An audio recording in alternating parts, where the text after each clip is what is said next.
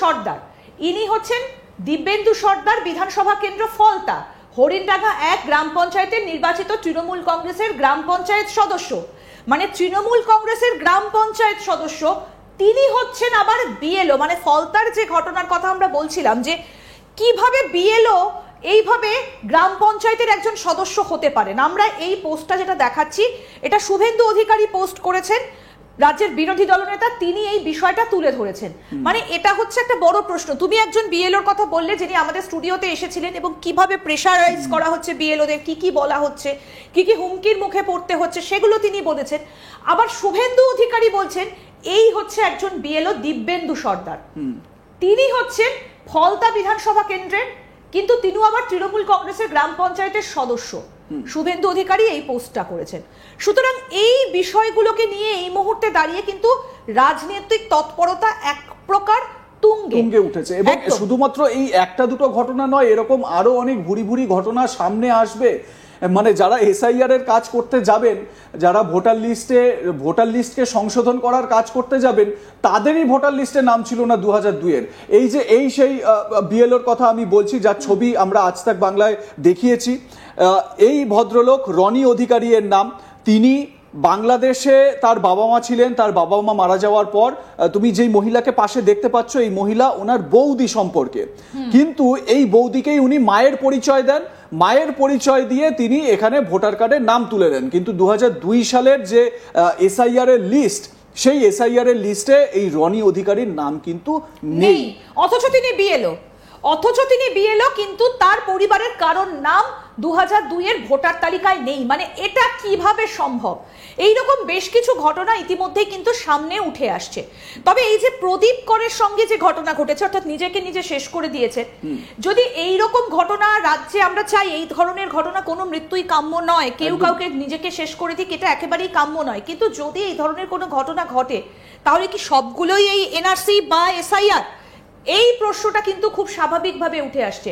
আমরা একবার শোনাই পার্থ ভৌমিক, ব্যারাকপুরের তৃণমূল সাংসদ, তিনি এই ঘটনাতে কি বলেছেন। আমরা আজ তাক বাংলায় সেই পার্থ ভৌমিকের বক্তব্য দেখিয়েছি। আপনারা চাইলে পার্থ ভৌমিকের সেই বক্তব্য গিয়ে আজ তাক বাংলায় আমরা দেখাবো, আমরা শোনানোর চেষ্টা করব, কি বলেছেন দেখে নিতে পারেন। কিন্তু প্রশ্ন যেটা ইন্দিরা মানে যুক্তিসঙ্গতভাবে উত্থাপন করলো, যে সে এখন যে কোনো মৃত্যুই কি হঠাৎ করে এরকম এনআরসির ভয় চালিয়ে দেওয়া হবে?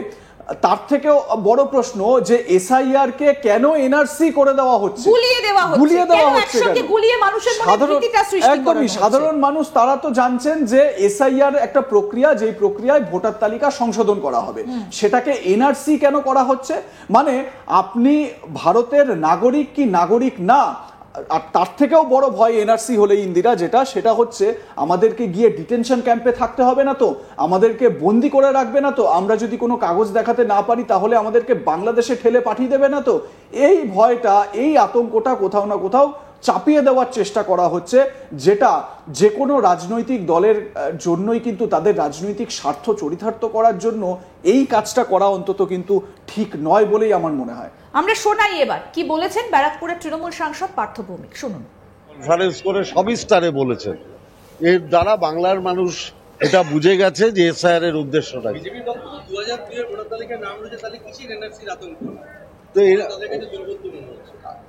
এনআরসি এই ভদ্রলোক হয়তো মনে করেছিলেন, আমি তো বলতে পারবো না, সুইসাইড করার আগে আমার সাথে কথা বলেন, বিজেপি নেতাদের সাথে কথা বলেছিল কিনা আমি জানি না, ঠিক আছে।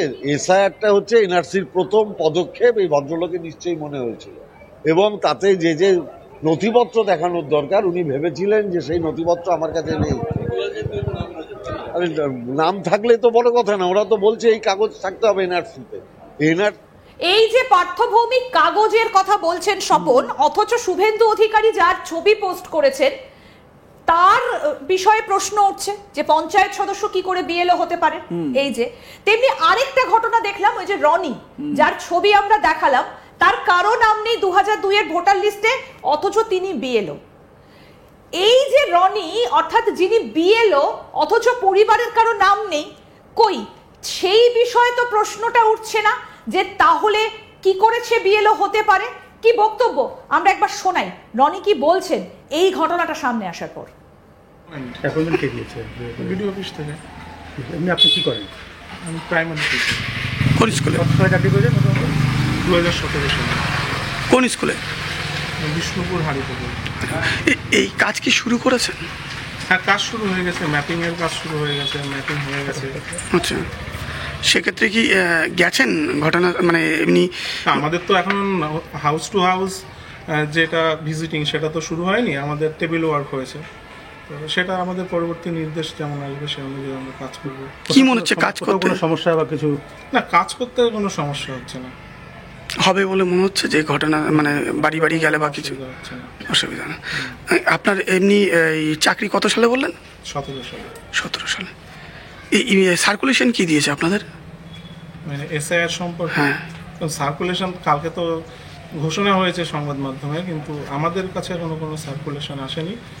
যা যেটুকু দেখেছি সংবাদ মাধ্যমে যে কবে কি হবে, ট্রেনিং কবে হবে বা বাড়ি বাড়ি ফর্ম কবে দেওয়া হবে সেগুলো জেনেছি। সেক্ষেত্রে এখনো ট্রেনিং হয়নি এসআইআর এর উপরে। এসআইআর এমনি নিয়মাবলী কি আছে মানুষকে মানে এই যে ভোটার তালিকা যে ওখানে যতটুকু আমরা জেনেছি সংবাদ মাধ্যম থেকে বা আপনারাও জেনেছেন যে 87 সালের আগে যাদের জন্ম এবং এমনিতে যাদের 2002 সালে তাদের নাম বা তাদের বাবা মার নাম আছে তাদের তো কোনো সমস্যা হওয়ার কথা না। আর যাদের মানে ভোটার লিস্টে, হ্যাঁ ভোটার লিস্টে, আর 87 সালের আগে যাদের জন্ম তাদের হচ্ছে নিজস্ব কোনো ডকুমেন্টস থাকলে নাম উঠে যাবে। এবার ডিটেলস আমাদের বলবে ট্রেনিংয়ে আরও যেগুলো আছে। আপনাদের পরিবারের নাম কবে উঠেছে ভোটার লিস্টে? আমাদের পরিবারের নাম আমার কাকা জ্যাঠাদের যারা আছে, আমার দাদা বৌদিদের আছে, সবারই 95 সালে যে সময় এপিক শুরু হয়েছে সেই সময় উঠেছে।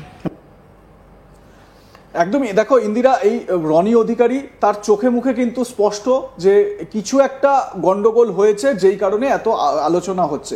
এবারে প্রশ্ন হচ্ছে সেই ভদ্রলোক মানে এই বিএলও তিনি কিভাবে কাজ করবেন, তিনি মানে তার যে এসআইআর এর নাম সেটা নিয়েই কিন্তু একটা প্রশ্ন উঠে যাচ্ছে।